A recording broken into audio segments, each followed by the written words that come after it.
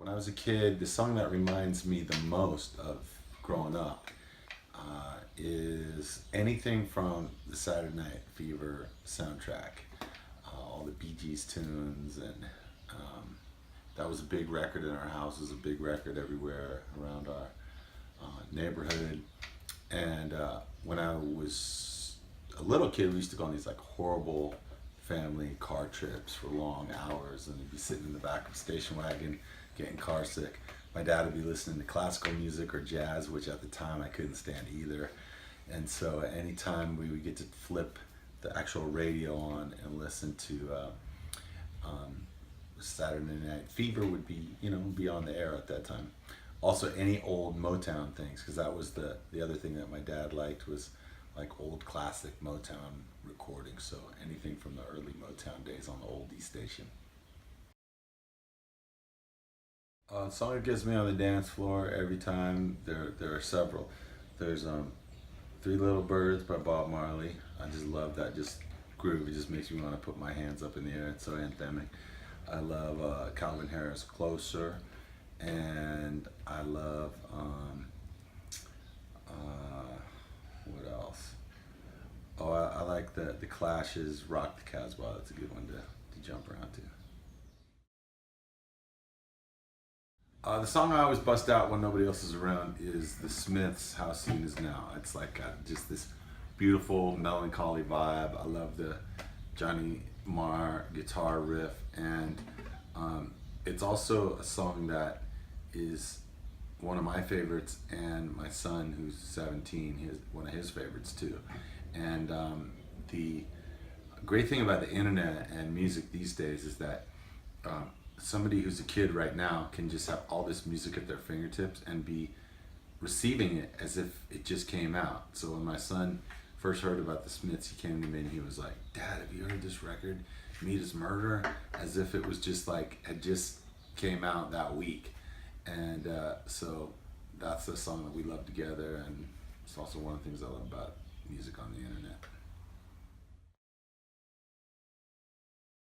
So in our car we have like internet radio, so we don't usually ever just turn on one song. We turn on like one artist's station, and so the one that's on the rotation the most in our car is the Andrew Pak station. It's like tripped out, sort of trip hop, R&B.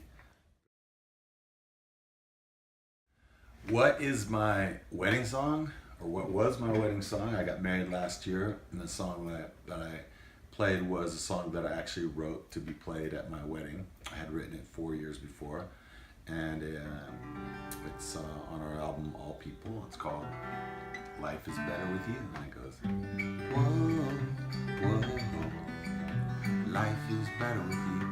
Whoa, whoa, life is better with you. When I think about the things that we've been through, I know just one thing is true. Life is better with you. And I wrote it on Valentine's Day 4 years ago, and we had the best Valentine's Day ever, followed by like one of the worst days ever. But we talked about it through the morning, and then we talked about it at lunch, and then by dinner time we actually felt closer to each other, having gone through this little rough patch in the road. And so I looked at her and I said, even my worst day with you is better than the best day that I ever had before you in my life, and my life is better with you. And that's how it came about. At the moment, well, this week we had a fundraiser for the Do It for the Love nonprofit that my wife and I started, and it's kind of like a Make-A-Wish Foundation for music. So we bring people who are sick and dying, people with special needs, and wounded veterans to see any live concert they want to go to. And so we invited Pat Monahan to come sit in with us from Train, and we did a few Train songs. We did Hey Soul Sister, Drive By, Drops of Jupiter. So I got to kind of jump up there and sing the words, very karaoke style, meaning like super loud and completely out of tune. And it was very strange to be doing karaoke with my band playing and Pat Monahan the actual artist of the song singing the song right there with you, but singing it actually like it sounds like on the record, and me completely butchering it. And another song I like to do is Marley's "Could You Be Love's." Don't let them fool you, oh no, or even try to school you, oh no. We got the life to live, so go to hell if what you're thinking is not right. Love would never leave us alone. Out of the darkness, there must come out the light. Stay alive, yeah. Could you be loved?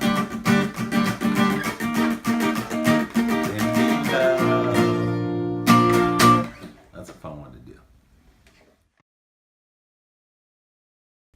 If I could sing a song with anybody, dead or alive, God, I really like Sade because she's got an incredible voice. I like Aretha Franklin because she's got an incredible voice. Maybe I do Respect with Aretha Franklin because I just think it would be so great to just be on stage with her, just bombing that song, and then do a really laid back version of "This Is No Ordinary Love" with Sade. I think that'd be pretty cool. Aretha Franklin and Sade.